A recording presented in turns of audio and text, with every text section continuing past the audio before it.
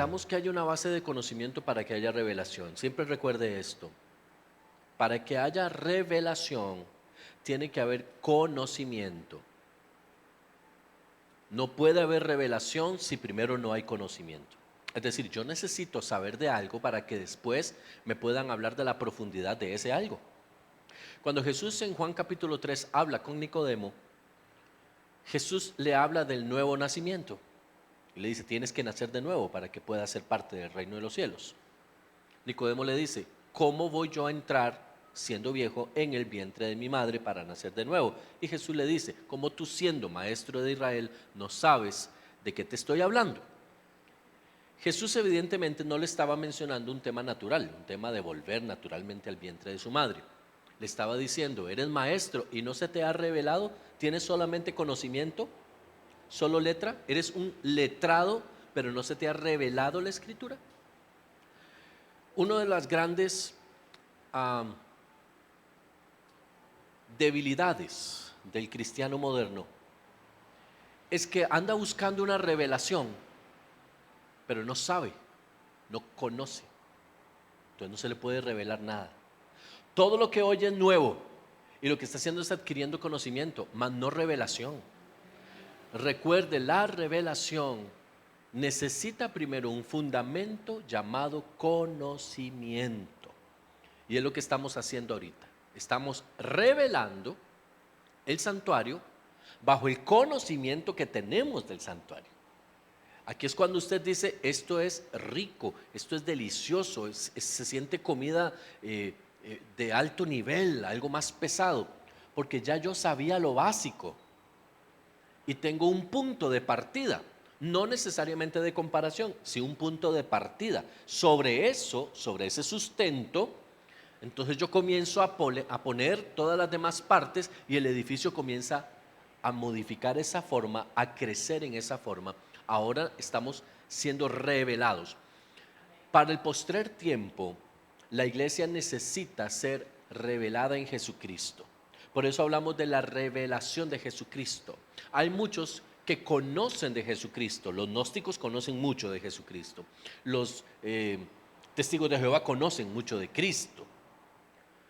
Los adventistas, los evangélicos, los católicos, todos los que de la rama cristiana proceden, conocen de Jesucristo. Los mormones, la iglesia de Jesucristo, de los santos de los últimos días, ellos conocen de Jesucristo, mas no les ha sido revelado quién es Jesucristo. Los judíos conocen de Jesucristo, pero no les ha sido revelado quién es. Y hay muchos cristianos hoy, de hueso colorado, en las iglesias, que conocen de Cristo, pero no les ha sido revelado Jesucristo. Por eso viven la vida que llevan y por eso viven el cristianismo que profesan. Bueno, a nosotros se nos está revelando la Escritura con estos temas. Amén.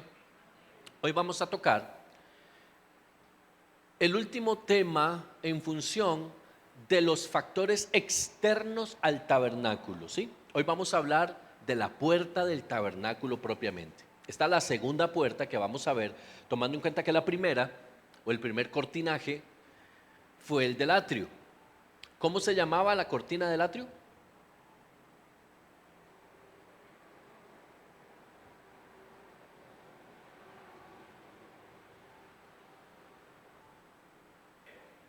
¿Ah? Ay, me agarraste en curva.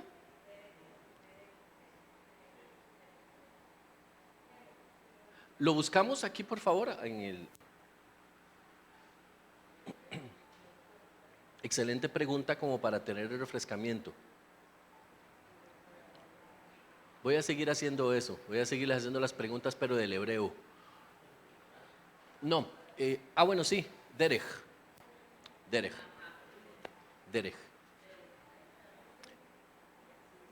La primera puerta, la puerta del atrio, se llama camino. Recuerde que Jesús dijo, yo soy el camino, la verdad y la vida. 3 puertas, 3 nombres, un solo Jesucristo. 3 puertas, 3 nombres, un solo Jesucristo. 3 en 1. ¿Sí? Entonces tenemos 3 en 1. No se le olvide eso. Esta puerta, la segunda puerta, Dice Éxodo 26, 36 y 37, leo para ustedes en la Reina Valera 60. Harás para la puerta del tabernáculo una cortina de azul, púrpura, carmesí y lino torcido, obra de recamador. Recamador es de bordador, el que borda, ¿ok? Y harás para la cortina 5 columnas de madera de acacia, las cuales cubrirás de oro con sus capiteles de oro, y fundirás 5 basas de bronce para ellas. ¿Ok? ¿Qué significaba el bronce? ¿O el cobre? Sufrimiento. Esa es una pregunta que les hago casi que todos los miércoles. ¿Ok? Eso es lo que representa. Ahora, en Juan 14:6, Jesús dice que Él es el camino, verdad y vida, y que nadie puede entrar al Padre si no es a través de Él. ¿Ok? Es importantísimo que nosotros comprendamos este detalle. Cada puerta del tabernáculo nos habla del acceso sistemático para poder entrar a la presencia de Dios. Habíamos dicho cuando tocamos el tema del atrio propiamente, las cortinas, el perímetro, que nadie podía entrar al tabernáculo por donde quisiera. Hay un orden. Dios es un Dios de orden, y lo que está desordenado Dios lo ordena, ¿sí? Que el Espíritu de Dios se mueva en medio de un desorden no significa que Él está amparando el orden, está ordenando, o el desorden más bien, no está amparando el desorden, ¿sí? Porque hay muchos que dicen que, como Génesis 1 dice, y el Espíritu de Dios se movía en medio de las aguas y todo estaba desordenado y vacío, es como que eso nos da licencia para hacer un desorden. No. En el desorden Dios está ordenando las cosas, ¿sí? Entonces tenemos un acceso, primero camino, la puerta del atrio, y tenemos un segundo acceso que es la puerta del tabernáculo.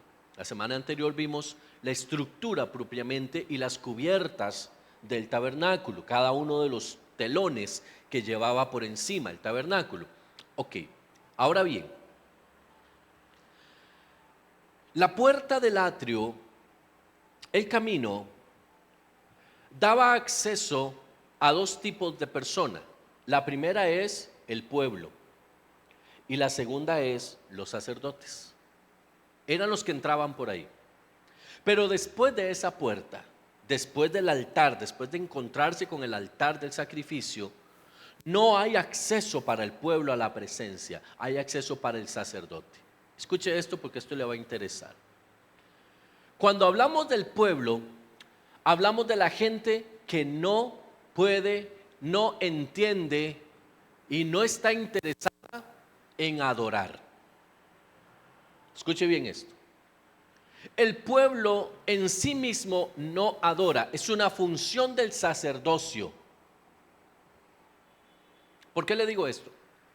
Porque el pueblo llevaba la ofrenda, pasaba por el camino y lo entregaba en manos del sacerdote, que era el que ofrecía el sacrificio. El sacrificio no lo ofrecía la persona, él entregaba la víctima, entregaba el holocausto, ¿sí? Era el sacerdote el que recibía esa ofrenda y establecía el ritual del sacrificio, quemaba la ofrenda y demás, tomaba la sangre y la llevaba adentro, el sacerdote. La sangre tiene que ver con adoración, ¿sí? El único que porta esa sangre es el sacerdote. Nadie del pueblo porta esa sangre. Por eso Pedro nos dice a nosotros que somos real sacerdocio. Nosotros tenemos acceso a donde el pueblo no tenía acceso. Es a la adoración. Escuche bien esto. Pueblo que no adora es pueblo que no entra en la presencia. Pueblo que no adora es pueblo que no sabe cuál es su identidad. Pueblo que no adora es pueblo que del atrio no pasa. No importa cuántos escalofríos evangélicos usted y yo sintamos, solo adoran los que han entendido su sacerdocio. Solo adoran los que han entendido su sacerdocio. Solo el sacerdote puede adorar. ¿Por qué? ¿Qué es adorar? En este estricto sentido de la palabra, ofrecer ofrenda, ofrecer sacrificio. No es lo mismo ofrecer sacrificio que traer sacrificio. El pueblo traía el sacrificio, pero era ofrecido por el sacerdote. Solo el sacerdote tenía el derecho. Había sido ungido, escuche esto. El sacerdote había sido ungido, separado, guardado para la labor ¿de qué? De la adoración a Dios desde el altar y en adelante hasta el lugar santísimo. Como nadie tenía acceso para entrar al lugar santo y mucho menos al lugar santísimo, excepto el sumo sacerdote, entonces encontramos que el pueblo estaba aislado de la oportunidad de adorar. El pueblo se quedaba fuera del perímetro del tabernáculo. Todas sus tiendas estaban fuera, dispersas, cada uno en lo suyo. La adoración en los tiempos de Moisés se daba únicamente dentro del tabernáculo. Ahí se gestaba la adoración dentro del tabernáculo. Escuche bien esto, porque no es lo mismo adoración que obediencia. Eso lo vimos hace unos días. La honra y la obediencia son cosas distintas.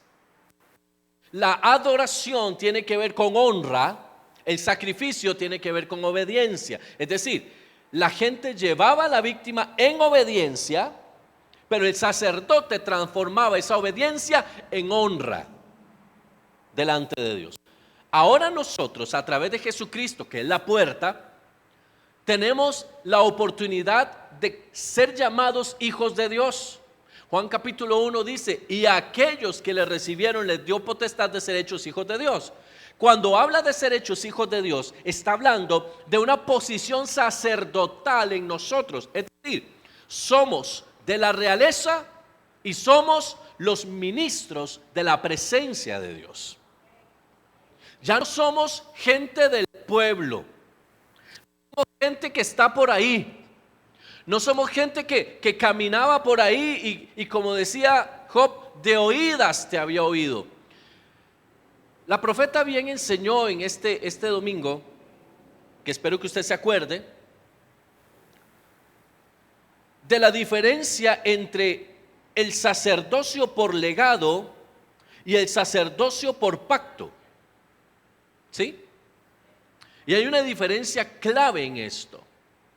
Había algunos personajes del Antiguo Testamento que eran sacerdotes, pero también eran reyes. Los patriarcas, si bien es cierto no tenían una nación, eran los padres de un pueblo, eran, por decirlo así, entre comillas, el rey de esa tribu. Era el real sacerdocio. Escuche esto, antes del tabernáculo de Moisés ya había sido establecido el real sacerdocio del que Pedro nos habla. El primer real sacerdote fue Adán. Siguió Abel, fue truncado. Set, tomó su lugar. Posteriormente Noé. Sem, después de Noé, asume. Continuamos con Melquisedec. Después le es enseñado a Abraham. ¿Me doy a entender? Entonces, esto es no por legado, sino por pacto. Después de Aarón se activa el sacerdocio por legado, por herencia, por línea de familia, línea de sangre. Por eso hablamos del sacerdocio levítico, ¿sí? Proveniente de los hijos de Leví, a quienes les fue entregado el honor del ministerio, de la adoración. Pero pasan los años y encontramos a la figura de los profetas haciendo funciones sacerdotales. Vemos a Samuel sacrificando, levantando altar a Dios. Y también vemos a David comiendo los panes prohibidos, los panes del sacerdocio, y ofreciendo sacrificios él en ausencia de Samuel. ¿Me estoy dando a entender? ¿Me estoy explicando? Es decir, el diseño de Dios para nosotros no es que vivamos en el atrio entregando el sacrificio para que otro lo haga, Nosotros vivimos y debemos vivir en el oficio sacerdotal. Debemos entender que somos sacerdocio de nuevo pacto. Somos sacerdocio no de una herencia ni de un legado, sacerdocio del nuevo pacto. Nosotros ahora estamos en el pacto de la sangre de Jesucristo. Cuando Jesucristo le dice a sus discípulos en el aposento alto: este es mi cuerpo que por vosotros es entregado, y esta es mi sangre, sangre del nuevo pacto. ¿De qué está hablando? De que ya no es necesaria la sangre del pacto delegado, del pacto que tomaba la víctima, la degollaba, tomaba la sangre y la presentaba en un lugar físico específico. Ahora es una sangre entregada por él, y nosotros, en ese caso sus discípulos, estaban siendo nombrados sacerdocio de Dios para ministrar en el nuevo pacto. No eran solo discípulos, no eran solo apóstoles, eran constituidos legalmente sacerdotes del nuevo pacto. Ya no tenían que ir al edificio llamado el templo, ya no tenían que ir a buscar un cordero, ya el cordero inmolado ya fue entregado por nosotros, y ellos lo vieron en su esplendor y gloria subir a los cielos. Y Jesús les dijo: lo que yo les enseño hoy, enséñenle ustedes a los demás, que cada quien que me reciba en su corazón, cada quien a quien se le otorgue el título de legalidad del reino, de ser hijo de Dios, es sacerdote de un nuevo pacto. Antes Israel no podía entrar a adorar. Hoy nosotros debemos entrar a adorar. Y entiéndame esto: la adoración para el creyente no es una opción, es parte de su esencia. Es que nosotros nos damos muchos lujos que no son nuestros. Ay, es que hoy no me siento, ay, es que hoy no, ay, es que no. Somos sacerdotes del nuevo pacto. ¿Sabe qué es lo que pasa? Que cómodamente hemos definido los sacerdotes como aquellas personas que no lideran. Entonces, no, es que el sacerdote de la casa es el pastor, o el apóstol, o el profeta. Es que ellos son los sacerdotes. No, mi amado, quítese esa idea. Porque cuando Pedro habla, somos real sacerdocio, no está pensando en los líderes de la iglesia, está pensando en el cuerpo de Cristo. ¿Por qué? Porque tú eres sacerdote en tu casa. Eres sacerdote en tu casa. Somos sacerdotes aquí. ¿Usted se ha puesto a pensar que usted tiene en la par un sacerdote? Vuélvalo a ver si tiene cara de sacerdote.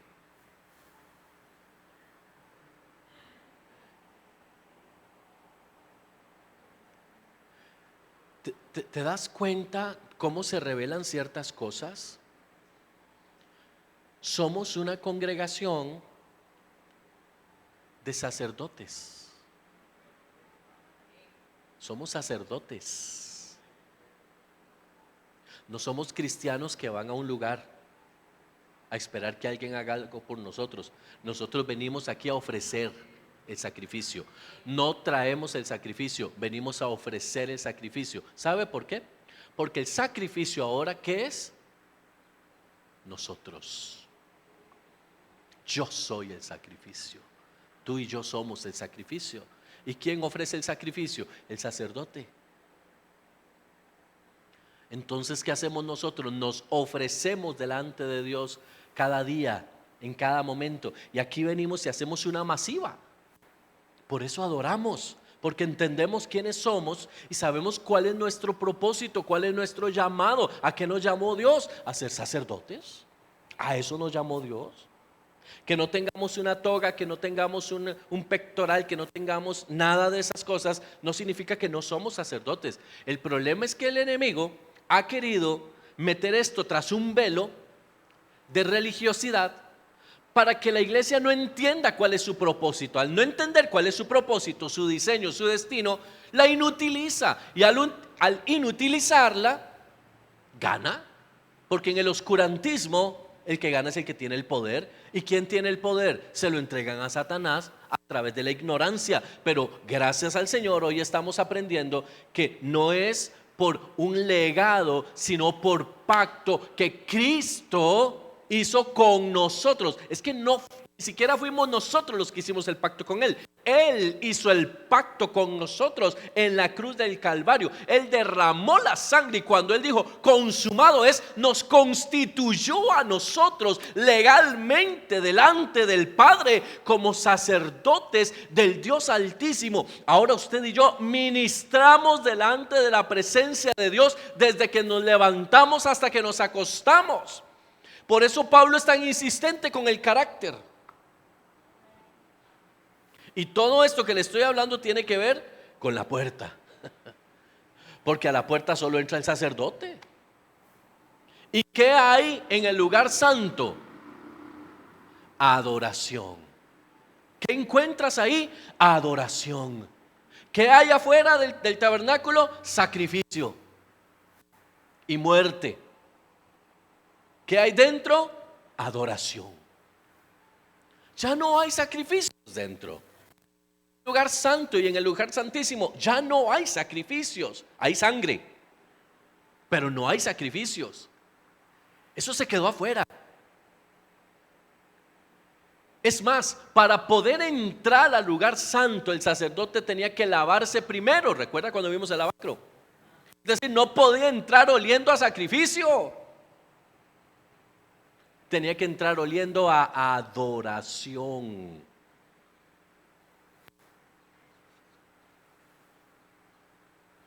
Espero que se le esté revelando todo esto.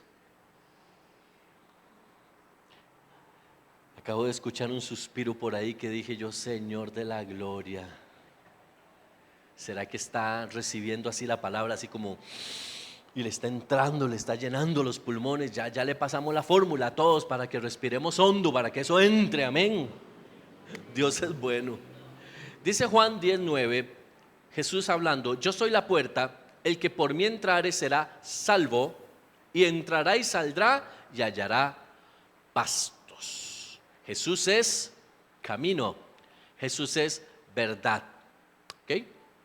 La sangre derramada en el altar nos habla de perdón de nuestros pecados. Siendo perdonados, podemos accesar esa puerta. Esta puerta solamente da acceso al sacerdote.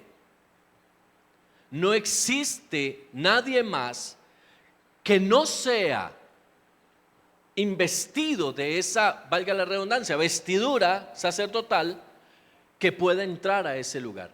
Nadie. Mire, el tabernáculo no podía ser desarmado por nadie que no fuera sacerdote. Los elementos del tabernáculo no podían ser tocados por nadie que no fuera sacerdote. Es la razón por la cual la tribu de Leví era la tribu que estaba en la circunferencia del tabernáculo. ¿Sí? Estaba el tabernáculo en el centro del campamento. La tribu de Leví era la que estaba en el perímetro inmediato del tabernáculo, y alrededor de Leví estaban todas las demás 11 tribus, para impedir precisamente que en los movimientos del tabernáculo las demás tribus vinieran y metieran mano ahí. Nadie podía tocar, solo la tribu de Leví, y de la tribu de Leví solo el sacerdote. Tampoco era que todos. Solo el sacerdote, enseñado, instruido para ese fin. ¿Ok? Entonces, ser un sacerdote nos da derecho legal, el derecho legal que nos precede a los hijos de Dios para entrar a la presencia de Dios. Ser sacerdote es el derecho legal que precede a los hijos de Dios para entrar a la presencia de Dios. Entonces, nadie que no sea hijo puede entrar a la presencia de Dios. Esto suena tal vez un poquito fuerte, en el sentido de que creemos que Dios es un Dios tan amoroso que cómo va a dejar fuera a alguien. Pero es que esto no tiene que ver con un tema de amor, tiene que ver con un tema de justicia. Dice la palabra, el justo por la fe vivirá. Y si yo no soy justo, soy injusto. Es una lógica simple, ¿no? Si no soy justo, soy injusto, porque no hay justicia a medias. Un vaso no puede estar medio sucio o medio vacío, está sucio. Si tiene una mancha está sucio. ¿Ok? Bueno, el sacerdote es el único que tiene derecho legal para poder entrar. Escuche esto, todo creyente nacido de nuevo es potencialmente un sacerdote. Oiga esto, todo creyente o se lo voy a plantear diferente. Toda persona que recibe a Cristo en su corazón es potencialmente un sacerdote, pero tiene que ser instruido para llegar a serlo.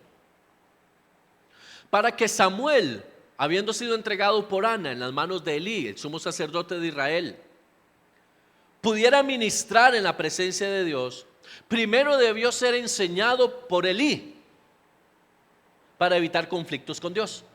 Nadie podía entrar a ministrar la presencia si no había sido capacitado y enseñado. Por eso Jesús le dice a los discípulos: id por todo el mundo, predicad el evangelio, dice, hagan discípulos. Hagan discípulos.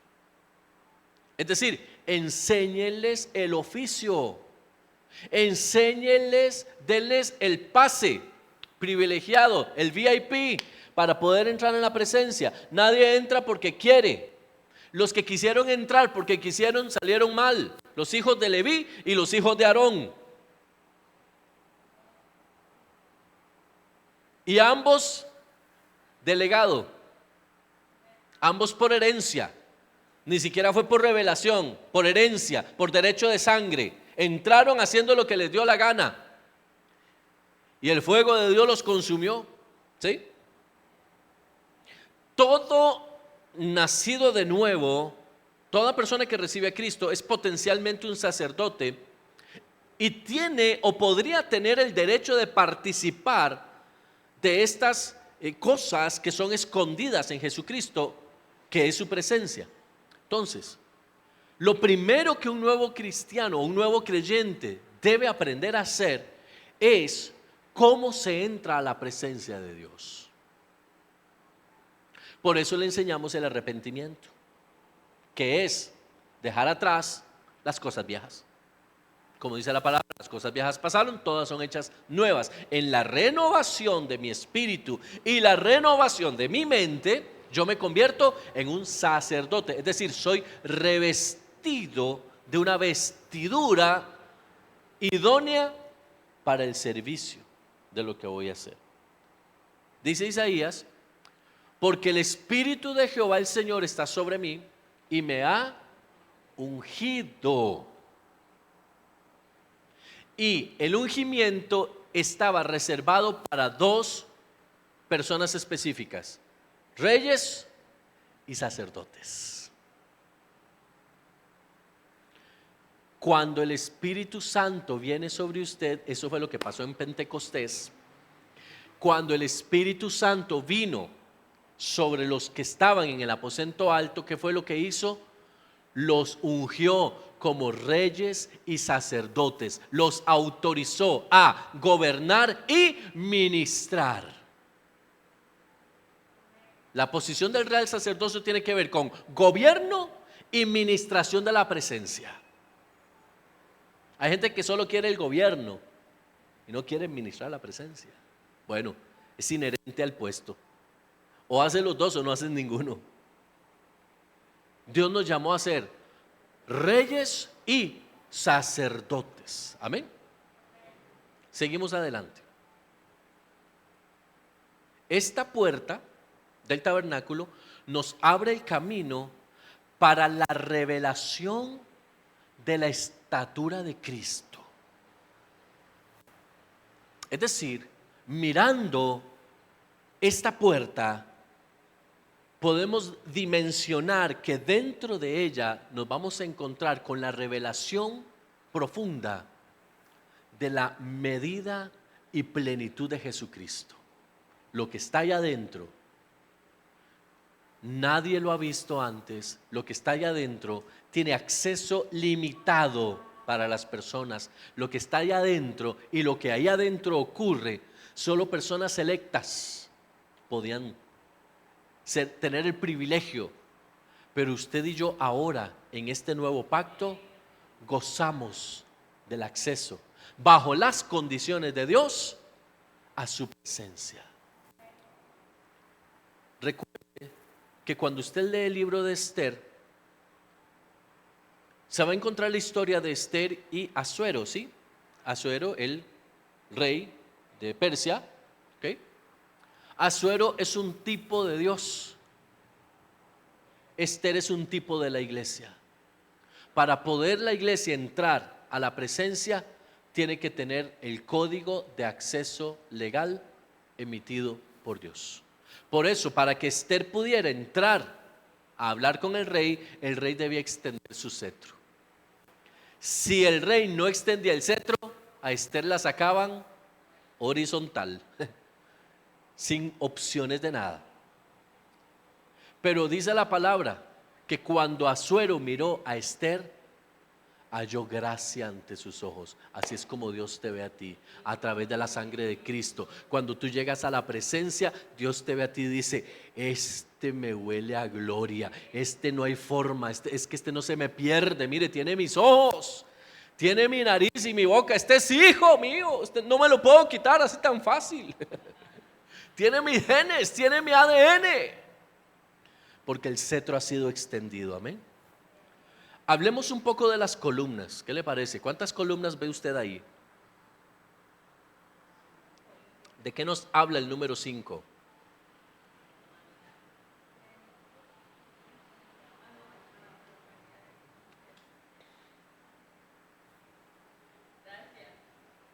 Gracia. La gracia de Dios. La gracia de Dios. Esto es importantísimo y es impactante. En el atrio teníamos 4 columnas, ¿sí? Estoy devolviéndolo un poquitito. La puerta del atrio, el camino, tenía 4 columnas. Pero la puerta del lugar santo tiene 5 columnas, ¿ok? Este número habla de la gracia de Dios para con el ser humano. Exclusivamente nos habla y nos dice que si no es a través de la gracia, no podemos accesar la presencia. Usted y yo podemos ir al lugar santo única y exclusivamente por la gracia de Jesucristo, no por merecimiento propio, no porque usted y yo hicimos muchas cosas bonitas o hicimos ofrendas o lo que sea, no, es simple y sencillamente por la gracia de Jesucristo. Y esa puerta nos habla en toda su plenitud de gracia. Toda la puerta grita a los 4 vientos gracia, es decir, para que el sacerdote entre solo porque el sacerdote ya entró al lugar, es porque la gracia de Dios se activó sobre su vida. ¿Sí? Ahora, hay algo más profundo que esto y tiene que ver con la siguiente revelación de estas columnas. Cada una de estas columnas representa las distintas funciones ministeriales que a través del Espíritu Santo recibe el cuerpo de Cristo. Estoy hablando de el ministerio apostólico, profético, evangelístico, pastoral y el magisterio. Cuando Jesucristo entrega cada una de estas funciones ministeriales, los vuelve columna. Y dice el apóstol Pablo, y a unos constituyó apóstoles, profetas, evangelistas, pastores y maestros. A cada uno le dio un don, una gracia. Una gracia. ¿Me sigues acá? A cada uno le dio una gracia.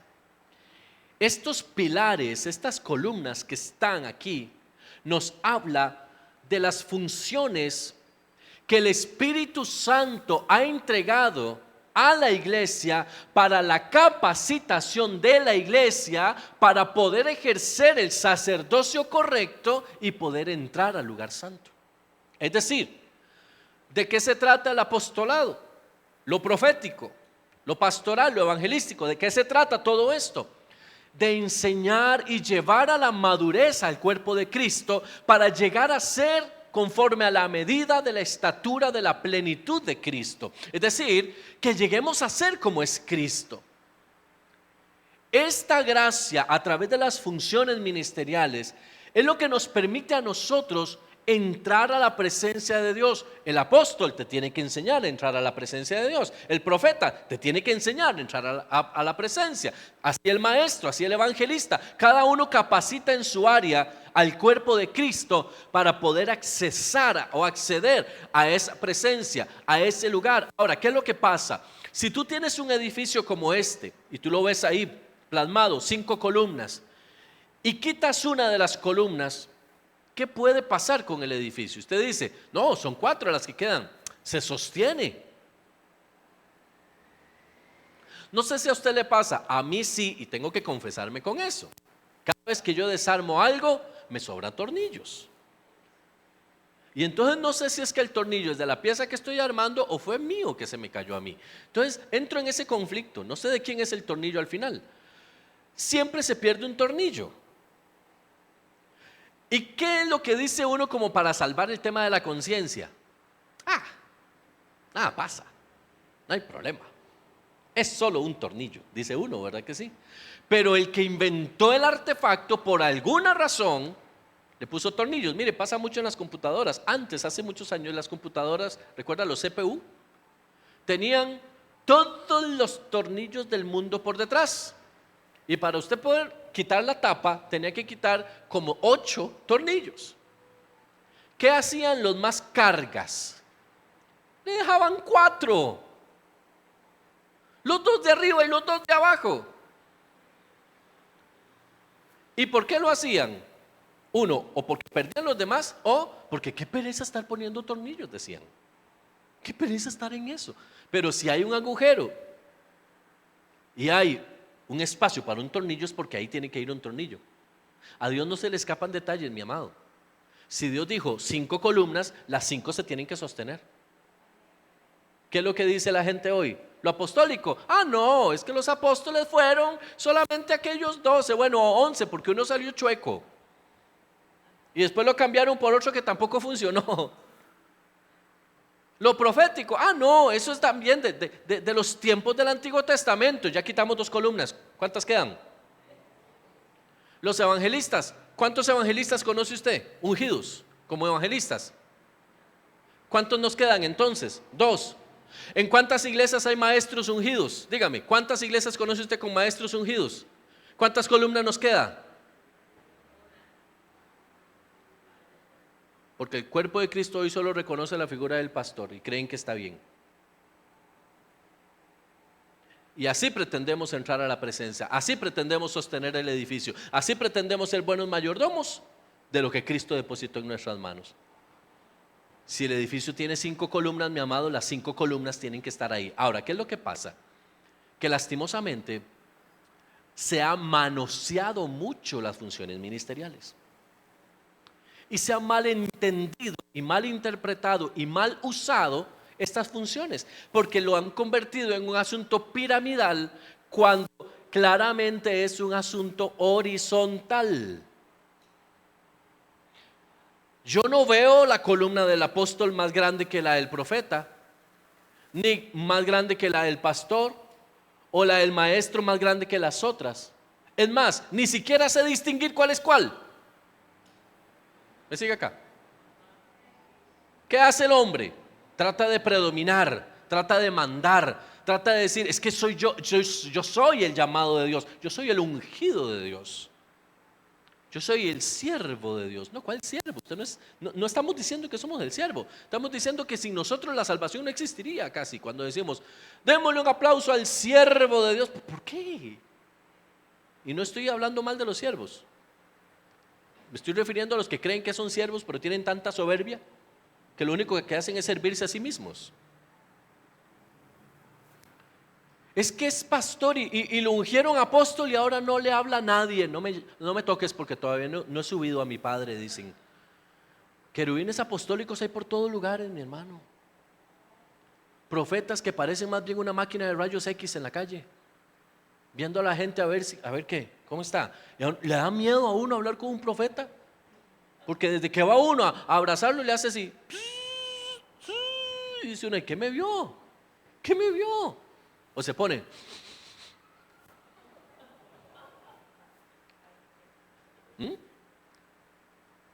Yo no veo a ninguno más grande que el otro.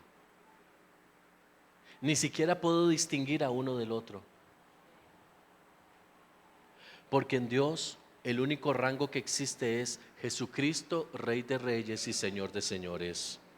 Los demás todos somos siervos del Señor, lavados por su sangre y por su gracia. ¿Que hay funciones administrativas? Sí, porque ahí estamos hablando del reino de los cielos. Y fue puesto a nivel de autoridad, no de dominio.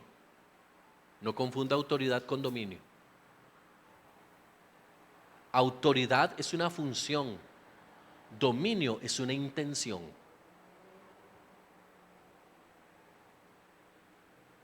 La autoridad es delegada y es inherente al caso. Usted puede tener un jefe, pero usted puede tener una autoridad dominante. ¿Sí? ¿Quieres participar, Ham? De hecho, Paz, a nivel de ingeniería, nada más como un comentario extra, el que se maneje 5 columnas espaciadas exactamente a una distancia equitativa es para balancear la carga sobre la que se está posicionando todo lo demás. Si se quita una columna, las columnas sufren una sobrecarga de tensión. Es la ley de 5 que se llama. Eso mismo pasa a nivel informático. Es una ley universal en esa parte. Qué interesante que Dios lo aplica a nivel divino para eso igualmente. Correcto. Esto es impresionante. Entonces, ¿qué pasa? Debemos comprender que estas funciones son atemporales, es decir, no pasan con el tiempo, mi amado. Tenemos que quitar ese velo que no nos permite ver a través, y es un velo impuesto por la religión, impuesto por el sistema religioso, de que los ministerios o las funciones ministeriales están vigentes, deben estar vigentes hoy, pero conforme a la enseñanza de Jesucristo, no bajo los sistemas jerárquicos de la religión. Si nosotros quitamos una de las columnas, estamos modificando el fundamento que estableció Cristo. Y Cristo claramente dijo que Él es la piedra angular sobre la cual descansa el edificio. Es decir, Él es el que está encima. Todos los demás están a la par. Todos los demás están a la par. Entonces, no confunda autoridad con dominio. Usted siempre va a tener alguien que sea su autoridad. Llámese su pastor, llámese un profeta, llámese un maestro, llámese alguien puede estar, y usted debe estar bajo una autoridad. Nos enseña la palabra. Jesús estuvo bajo la autoridad de Juan. Jesús estuvo, los discípulos bajo la autoridad de Jesús. Hay un principio de autoridad. Pero dominio es cuando la autoridad se corrompe y quiere tomar posesión de, control de. Ese es el problema. ¿Ok? Sigamos adelante. ¿De qué están hechas estas columnas? De madera de acacia recubiertas de oro. ¿Ok? Importantísimo esto. Aquí nos habla de las dos naturalezas de Cristo. La naturaleza humana y su humanidad resucitada. Nos habla de la humanidad de Cristo, la natural a través de la madera, pero de su humanidad glorificada a través del oro. De eso nos habla. ¿Ok? Entonces vemos las dos naturalezas claramente establecidas en estas columnas.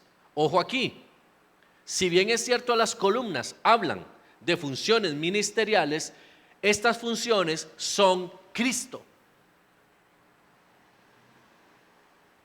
¿Sí? No es que ahora estamos hablando de que apóstoles, profetas, no, es que cuando usted ve esa puerta, es que la puerta no es solo las cortinas, la puerta es columnas y puerta. Columnas, perdón, y cortinas, esa es la puerta. Es decir, esas 5 funciones ministeriales son Cristo. Por eso Cristo las delegó, para que el cuerpo adquiriera madurez. Es lo que dice la palabra. Para que el cuerpo adquiriera madurez. Si usted quita una, ¿cómo va a madurar el cuerpo? No se puede. No se puede. ¿Ok? Algo interesante acá es que nos habla de que estas columnas, a pesar de ser de oro, tienen sus basas de bronce. De bronce o de cobre.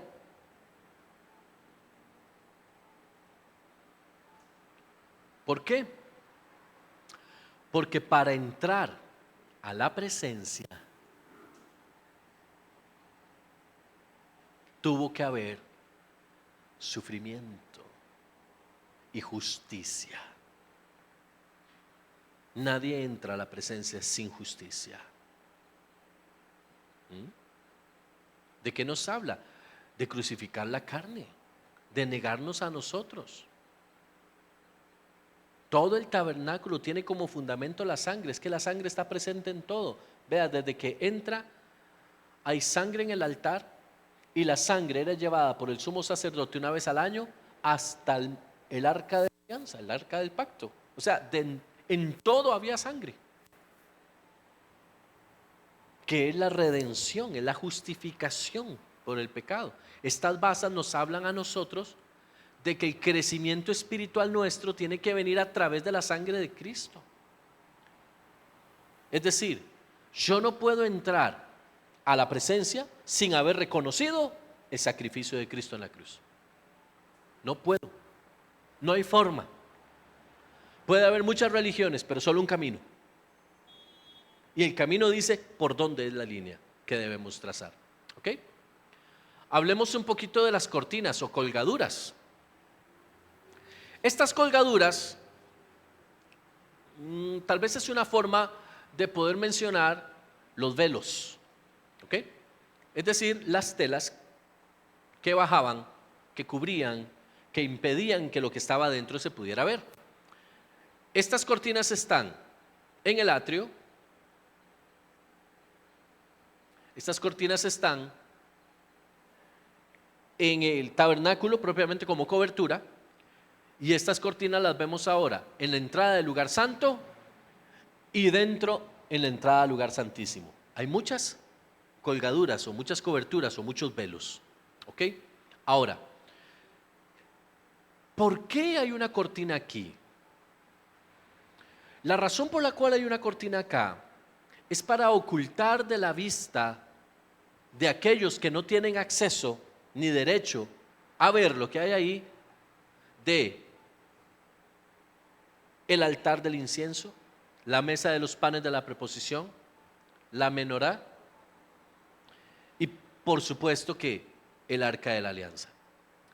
Este velo tiene la instrucción de volverse una barrera para que nadie pueda por su propio acceso entrar a la presencia. Y recuerde que estas cortinas no se abrían hacia los lados, se abrían de abajo hacia arriba. Obligaban al sacerdote a inclinarse antes de entrar. ¿Sí? Esto es importante, no lo olvide, materia de quiz. ¿Cómo se abrían las cortinas del santuario? De abajo para arriba. ¿Para qué? Para que el sacerdote tuviera que inclinarse. Eso es adoración, eso es honra. ¿Sí? Ahora escuche esto. Dice 1 Corintios 2:14, pero el hombre natural no percibe las cosas que son del Espíritu de Dios, porque para él son locura y no las puede entender, porque se han de discernir espiritualmente. ¿Qué está diciendo el apóstol Pablo acá? Está haciendo una referencia a esta cortina, porque está diciendo, el hombre natural no puede ver lo que está dentro. La gente que llegaba al altar a dejar las víctimas no podía mirar lo que había dentro del santuario. No tenía acceso a eso. Primero, estaba muy lejos. Y segundo, no tenía oportunidad porque las cortinas eran gruesas. Estaban entretejidas, eran bordadas, eran cortinas de una exquisita hechura. Y no permitían la mirada de cualquiera. Y perdone que use este término cualquiera, mi hermano, pero es que pareciera que hoy cualquiera puede entrar a la presencia. Y no es así. O sea, que yo sienta, y yo soy muy enfático con esto, que yo siento un calambre no significa que estoy en la presencia. Puede ser que se me adurmió una pierna. O se me bajó la presión y yo digo, ¡ay, es que el gozo! ¿Cuál gozo? Se le bajó la presión. Con un confite se sale de ahí. ¿Sí me doy a entender? Hoy le hablamos a las experiencias emocionales presencia de Dios.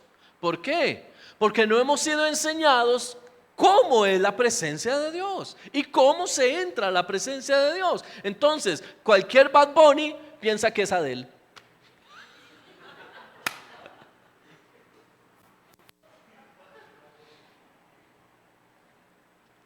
Sí me la captó, ¿verdad?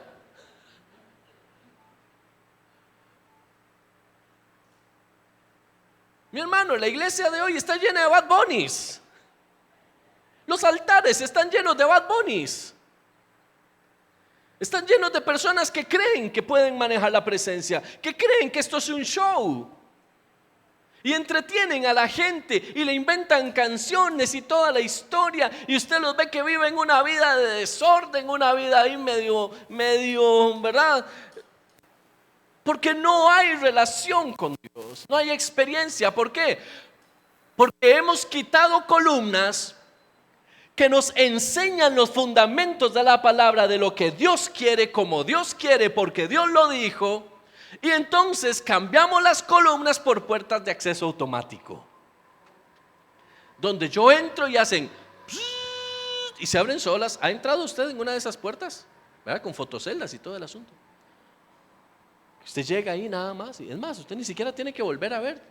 Nada más llega y la puerta lo siente y se abrió la puerta y usted dice, así es la presencia de Dios.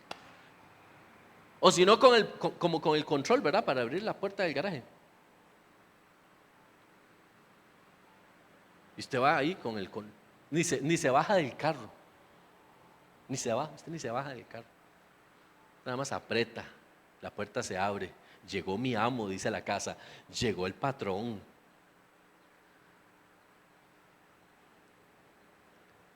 Y yo sé que estoy muy fuerte cuando digo lo de los Bad Bunnies, mi hermano. Pero es que tenemos que entender el lenguaje del Espíritu. Esto no es un festival. Esto no es un asunto de cualquiera. Perdón, no cualquiera debe subir a un altar. Es más, permítame decirle esto, no cualquiera debe enseñar la palabra. Decían los abuelos que para hablar y comer pescado hay que tener mucho cuidado. Bueno, para enseñar la palabra, mi hermano, hay que tener más cuidado todavía. Porque de todo lo que yo diga, Dios toma cuenta y nota. Y Dios sabe quién está bajo código de legalidad y quién no. Y Satanás también.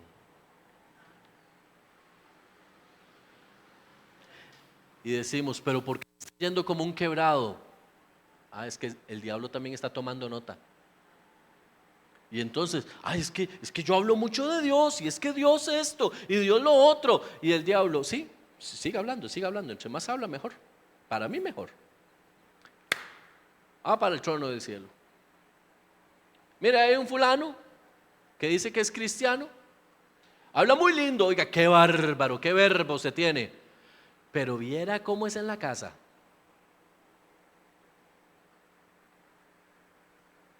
No diezma, no ofrenda, miente, engaña, tiene doble vida.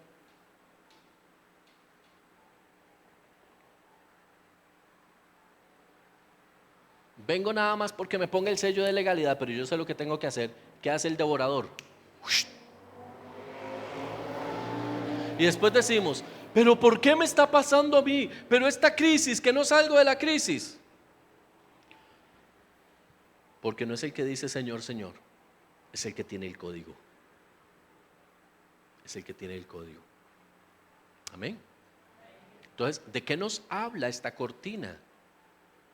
Nos habla de que solamente los que tienen la aprobación pueden entrar. Mi hermano, por favor, yo le pido a usted, tome las emociones y métales una buena jeringa de anestesia. Porque más de uno podría estar retosando ahí como diciendo, pero es que Dios es amor, pero es que Dios, sí, mi amado, por eso te está enseñando.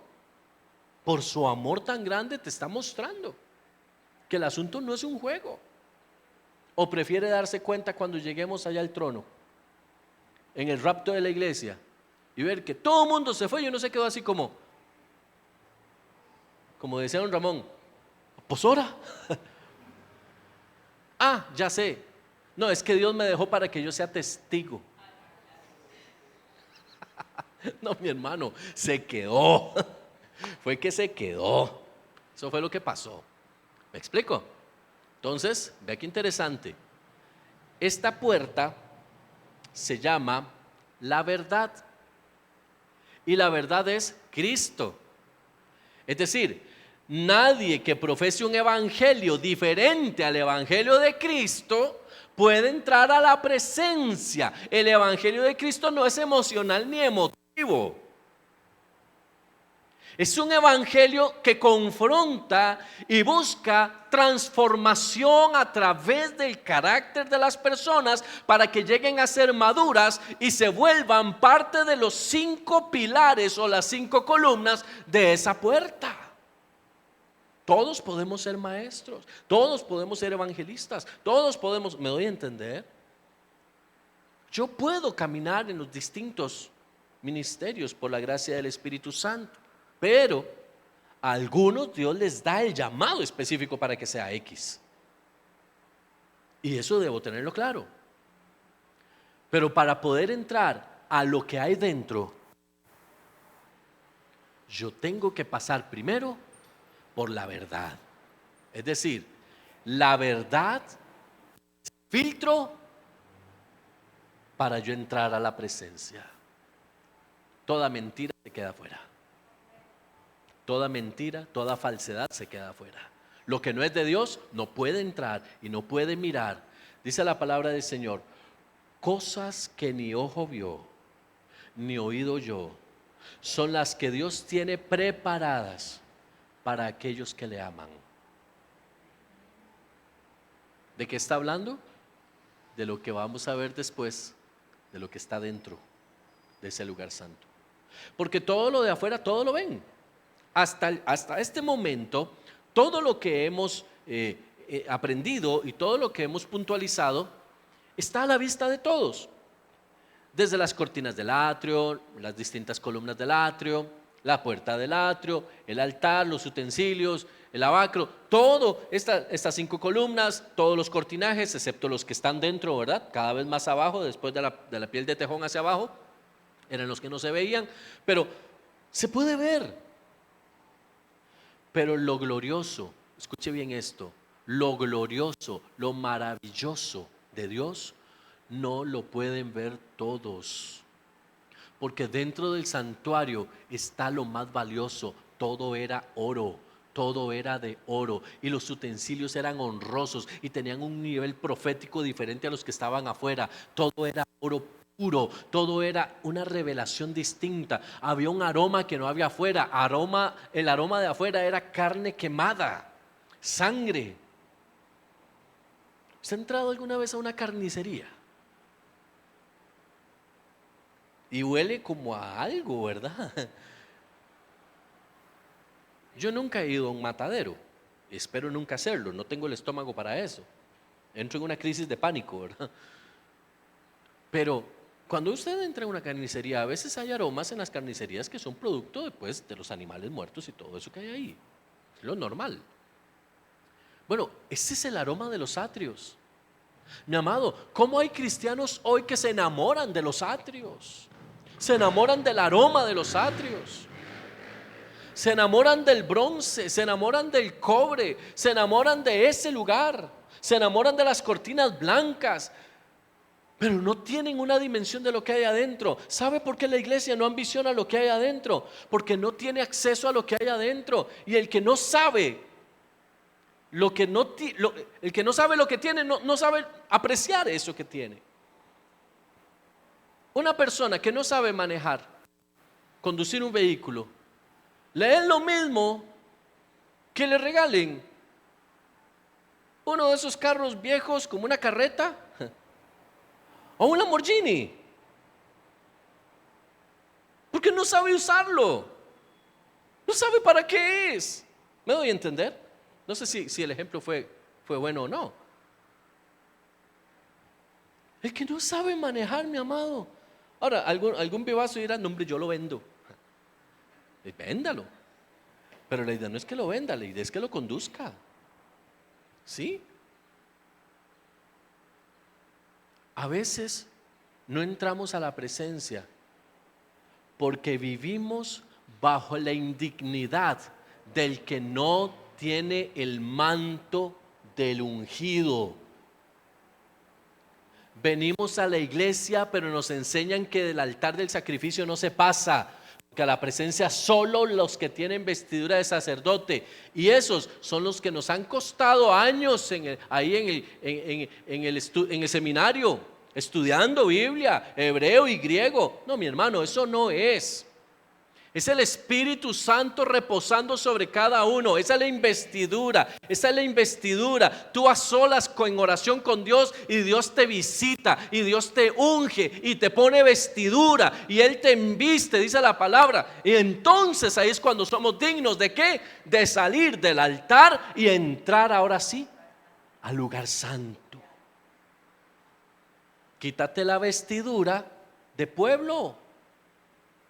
Quítate la vestidura del campesino, quítate la vestidura y deja que el Espíritu Santo te ponga la vestidura sacerdotal que necesitas. Sin vestidura de sacerdote no entras a la presencia, aunque seas un mago del instrumento que tocas, seas pleno en lo que tú haces. Puedes ser el mejor maestro del mundo, que si no tienes vestido de sacerdote, estás excluido de la gloria. Tienes que estar vestido de sacerdocio. Tienes que estar vestido de sacerdocio.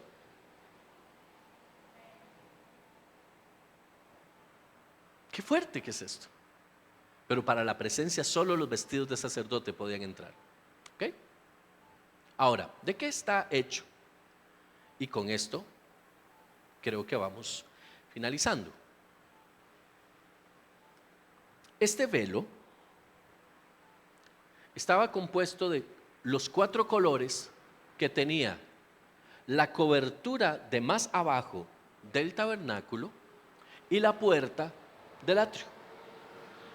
Lino fino, azul, ayúdeme, dígalo fuerte. Azul, púrpura, carmesí y lino. ¿Ok? O blanco. Sí. Se dice que este lino era así, era color blanco. Ahora bien, este lino nos habla de que Cristo quiere ceñir nuestro espíritu y nuestra alma con la justicia, porque dice que era lino fino, pero era torcido, es decir, era bordado. Eso implica un acto violento, ¿sí? Había que meter agujas y coser. Meter agujas, hacer agujeros, que entraran esas agujas y coser y coser y coser. Por eso dice que es torcido, ¿ok? La mente humana es una mente corrompida, una mente corrupta. El motivo que enriquece esa sabiduría es glorificar la carne, hacer que la carne predomine por encima de lo espiritual. Pero necesitamos entender que esta sabiduría humana, carnal, no es la sabiduría con la cual nosotros necesitamos o podemos acceder a la presencia de Dios. Dice el Señor, mis pensamientos no son como sus pensamientos. No se trata de mi mente, se trata de la mente de Cristo en mí. Y aquí nos habla de algo muy interesante y es humildad y obediencia. El lino tiene que ver con humildad y tiene que ver con obediencia. Es decir, la mente de Cristo en mí me lleva a ser obediente a Dios y lo suficientemente humilde para no creerme algo que no soy. Que soy hijo de Dios, pero soy siervo por amor.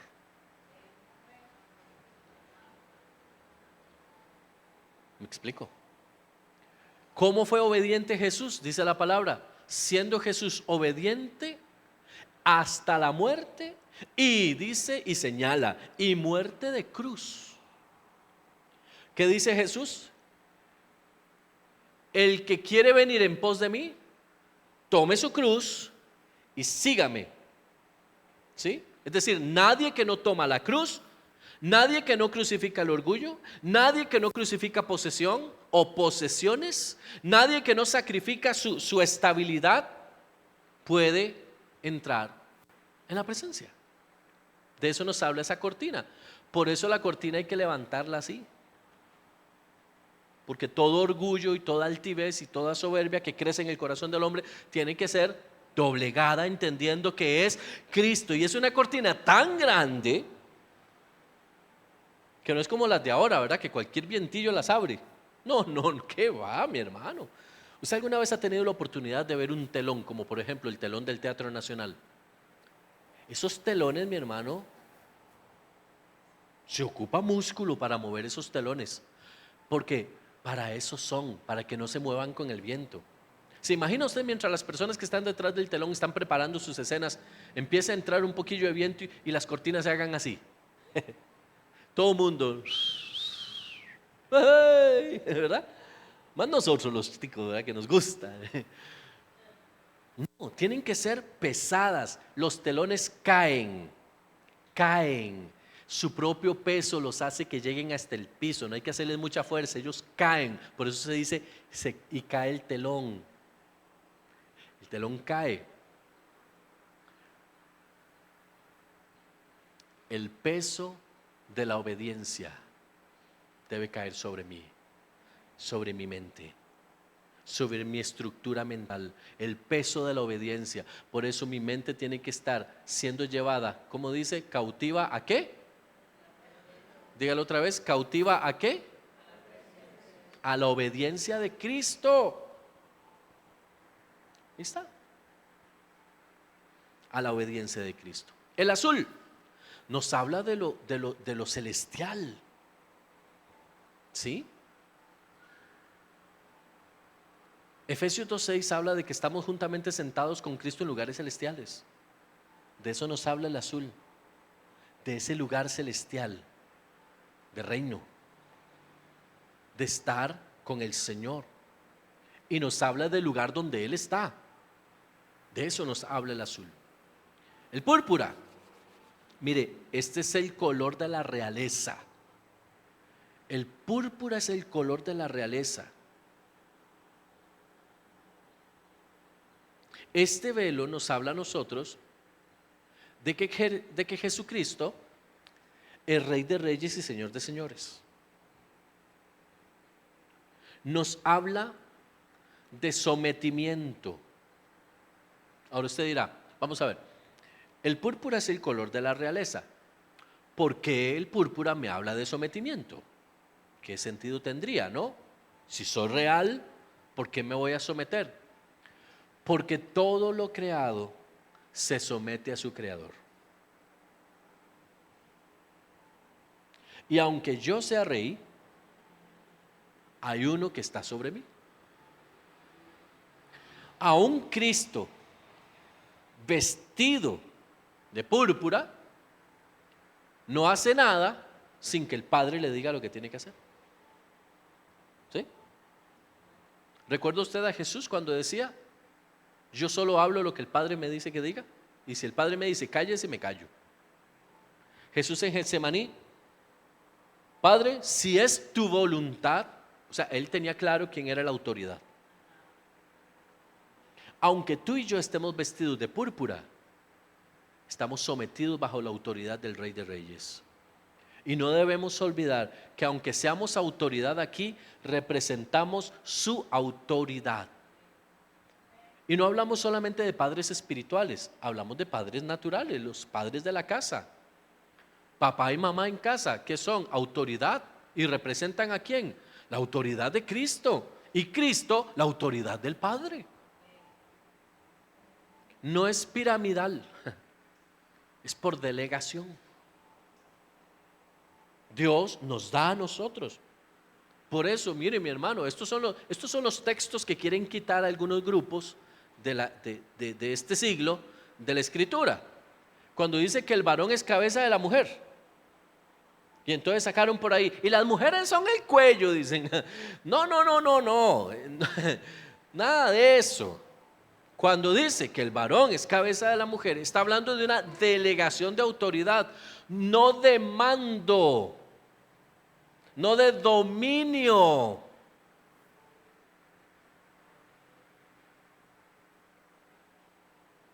¿Me explico? Y hoy, tal vez hace muchos años atrás, ese texto no era tan problemático, pero mi hermano, salga usted con una pancarta hoy allá afuera diciendo, el varón es cabeza de la mujer. Mire, si usted no ama la vida, hágase una cartulina así, tírese a la calle. Parque Central, ojalá.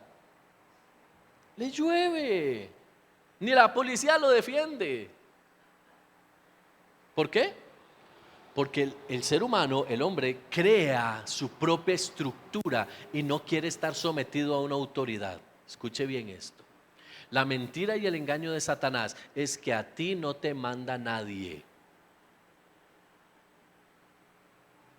Cuando el hombre nació para estar bajo una autoridad. Ahora escuche bien esto, ya casi nos vamos. La autoridad bajo la cual debía estar el hombre era única y exclusivamente la autoridad de Dios en el huerto de Edén.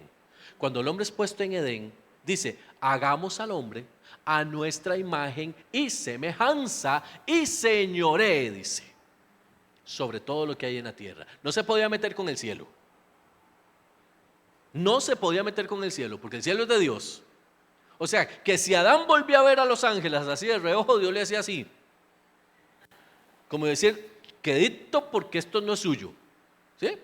Dios en el cielo, el hombre en la tierra. Somos reflejo de Dios. ¿De acuerdo? Pero ¿quién estaba en la tierra?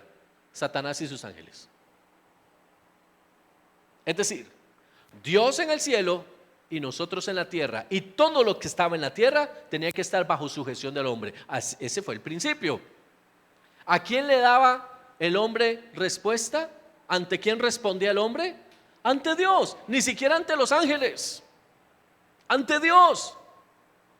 Porque no dijo Dios, hagamos al hombre a imagen y semejanza de los arcángeles, el más alto rango angelical. No, dice, a nuestra imagen. Es decir, que ellos sean un Dios diminuto en un espacio diminuto. Yo sigo gobernando en toda la inmensidad del universo, del tiempo y el espacio. ¿Sí? Satanás, por eso no le arrebata a Adán la autoridad. Tiene que llevárselo hablado, convencerlo, que no sienta lo que está haciendo, la matráfula en la que lo está metiendo. Por eso lo engaña. Por eso dice la palabra, él viene a matar, robar y destruir. Él es el engañador por excelencia. Y se lleva en hablada al hombre, se lo lleva en hablada, y cuando se da cuenta, el hombre peca. Satanás lo único que hizo fue propiciar una escena. El hombre caminó por ella. ¿Qué pasó? Cuando el hombre peca, se vuelve inferior a lo creado. Ya había algo por encima del hombre. Satanás se volvió encima del hombre. Tomó la autoridad que le pertenecía al hombre. Y toda la creación pasó por encima. Quedó en el último. En el lugar donde estaba Satanás, ahora el que estaba era el hombre. ¿Qué hace Cristo cuando viene a la cruz del Calvario? Nos devuelve a la posición de autoridad donde deberíamos estar. No es mando, es autoridad. Dice la palabra, y les dio poder de echar fuera demonios, y les dio poder de sanar enfermos. Y ellos cuando volvieron, dice, se maravillaban de ver lo que podían hacer. Y Jesús les dijo, no hombre, si eso no es nada, mayores cosas que las que yo hago, ustedes harán en mi nombre. Búsqueme un cristiano que crea eso. Uno. Porque todos decimos que lo creemos, pero ninguno lo hace.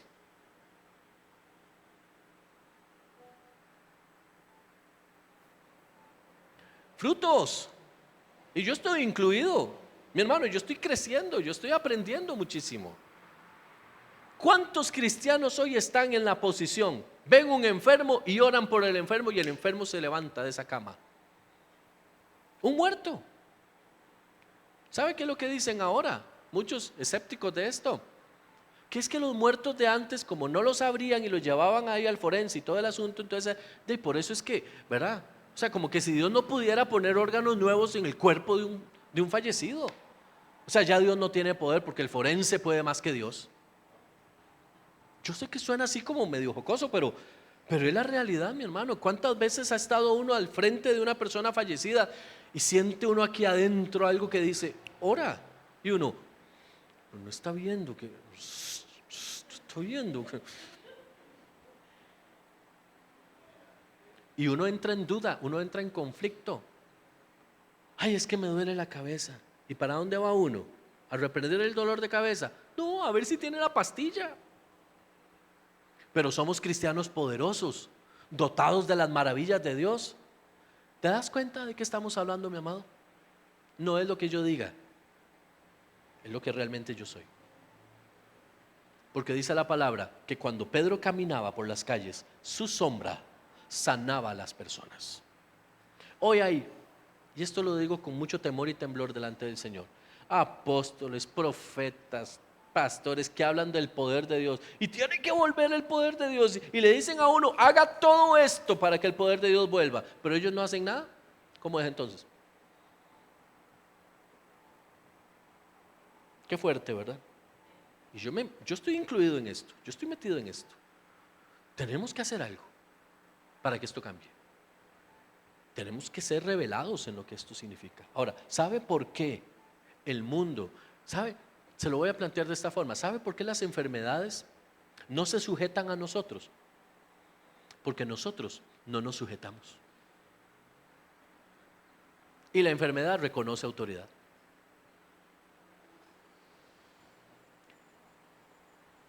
Vamos a orar para que estos moquillos se vayan y para que este dolorcillo de cabeza se vaya. ¿Y qué dice el dolor de cabeza? No me voy. ¿Por qué? Porque usted es un insujeto. No reconozco su autoridad. Es más, ahora es que aprieto. Dice uno, Señor, en el nombre de Jesús, esta enfermedad, este dolor de cabeza, ahora se va, en el nombre de Jesús se va. Y usted siente que le aprieta más y dice, pero ¿por qué no se va? Que se vaya. Porque el dolor, no me voy, yo reconozco autoridad y tú no eres autoridad, no estás autorizado para decirme a mí que me vaya. ¿Por qué? Porque cada vez que el pastor te dice algo, tú te revuelcas solo. Cada vez que tu papá te dice algo, te revuelcas. Cada vez que te pasa, tú te revuelcas. Tú no reconoces autoridad. De eso nos habla el púrpura. Obediencia a una autoridad superior, la autoridad del Padre. Amén.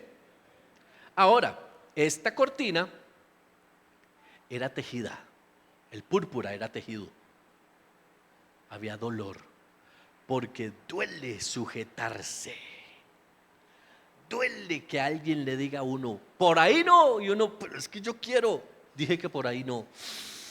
Está bien, no lo voy a hacer, no voy a ir por ahí. ¿Verdad que sí cuesta? Véase usted solito. No vuelva a ver a nadie. No sea pillo. Véase usted solo. ¿Verdad que cuesta? Mire, mi hermano, cuesta sujetarse a la policía cuando le dice a uno algo allá afuera y uno dice, ¡ay, qué colerón! Pero ¿por qué me para? ¿Por qué no para el otro? Mírenlo como va sin casco. ¿Por qué de todo el mundo está pasando? Ah, no, me tenía que parar a mí. ¿Cómo nos cuesta sujetarnos, mi amado? Sujetarnos. Ah, no, es que el culto es a las 9. ¿Pero por qué? ¿Por qué se ponen en esas? No, agradezcan que uno va también. Nos cuesta sujetarnos y queremos que el diablo se nos sujete a nosotros. Y pasamos diciendo que el diablo está bajo la planta de nuestro pie. ¿Me doy a entender, mis amados? Qué fuerte que es esto. O sea, es que esta cortina es fuerte, mi hermano. O sea, no es el que quiere decir que entra. Es que ya que hay un análisis muy profundo. ¿Cómo están tus niveles de sujeción a tus padres? ¿Cómo están tus niveles de sujeción a tus padres espirituales? ¿Cómo está tu nivel de sujeción a tu esposo? ¿Cómo está tu nivel de sujeción a tu autoridad en el trabajo? ¿Cómo está tu nivel de autoridad? Bueno, existe. ¿Cómo está tu nivel de autoridad a tus maestros?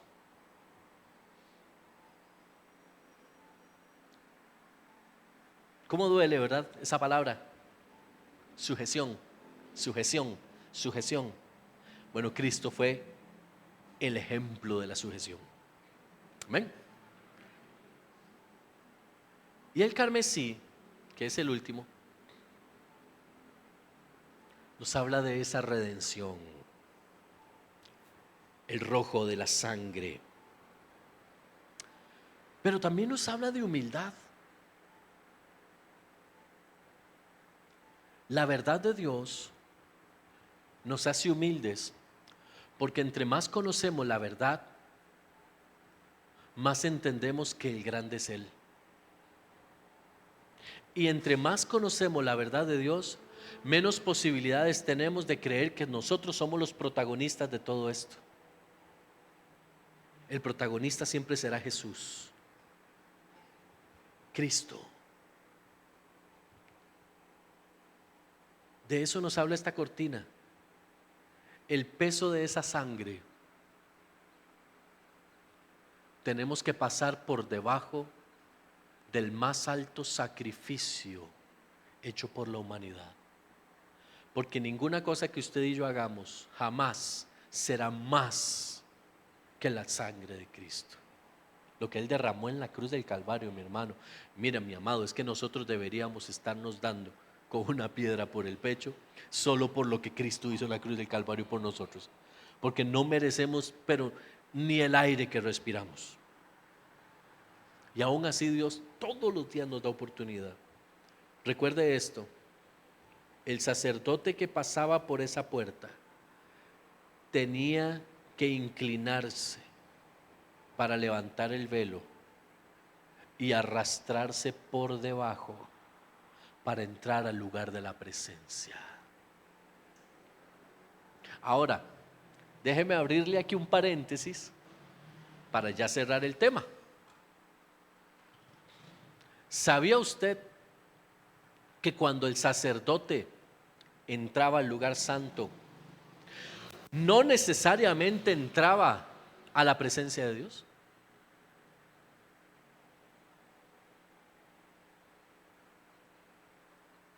Si usted ha leído el texto, usted va a entender que la presencia del Señor físicamente estaba en un lugar, en el tabernáculo. ¿Dónde estaba la presencia?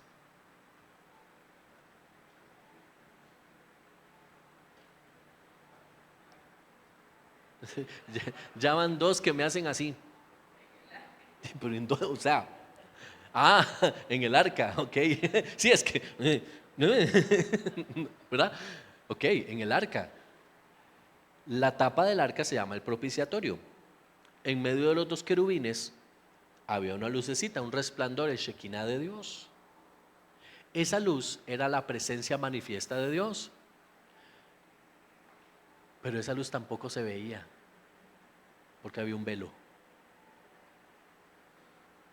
Es decir, Cuando el sacerdote entraba al lugar santo, no entraba a la presencia, entraba al lugar, ¿cómo se lo explico? Entraba al lugar al cual tenía derecho de ofrecer adoración. No tenía derecho de ir a la presencia solo una vez al año, el sumo sacerdote. Y no era el sacerdote, era el sumo sacerdote el que entraba. Solo una vez al año, a la presencia, al Shekinah de Dios, al arca del pacto. Esa arca nadie la veía. Nadie la veía, mi amado, nadie la veía. ¿Sabe cuándo era la única forma en la que podían mover el arca? Cuando la columna se levantaba y caminaba, el Shekinah se desprendía del arca y se volvía un artefacto. Y entonces podían cubrirlo y llevarlo, pero cubierto. No era que lo llevaban así para que todo el mundo lo viera, no, cubierto. Nadie podía ver eso. El Shekinah se iba con la columna y cuando se asentaba, el Shekinah volvía y se ponía el velo y nadie podía entrar y solo el sumo sacerdote podía una vez al año. O sea, a lo único que tenía acceso o derecho el sacerdote era de entrar al lugar santo para poder adorar.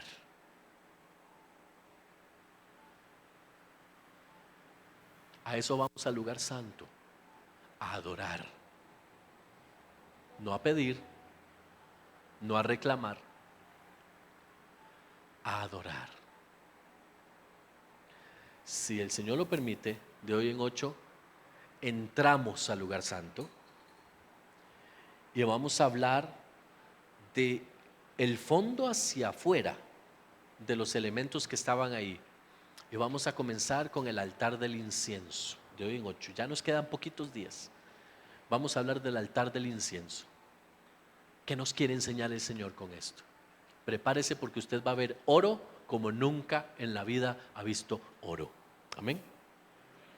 Porque la adoración tiene que ver con oro. Amén.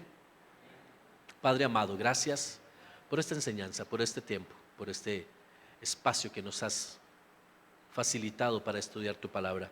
Que tu presencia sea con nosotros, Señor. Tu revelación sea esté siempre presente en nosotros y que podamos profundizar en estos escritos bíblicos para tener una mayor revelación de lo que tú quieres para nosotros, Señor. Guárdanos en todo tiempo y que esta palabra se vuelva de verdad ese rema, se vuelva ese dabar de Dios en nuestra vida, esa palabra revelada, que hoy podamos comer y sentirnos complacidos con la riqueza de este manjar. En el nombre de Jesús. Amén y amén.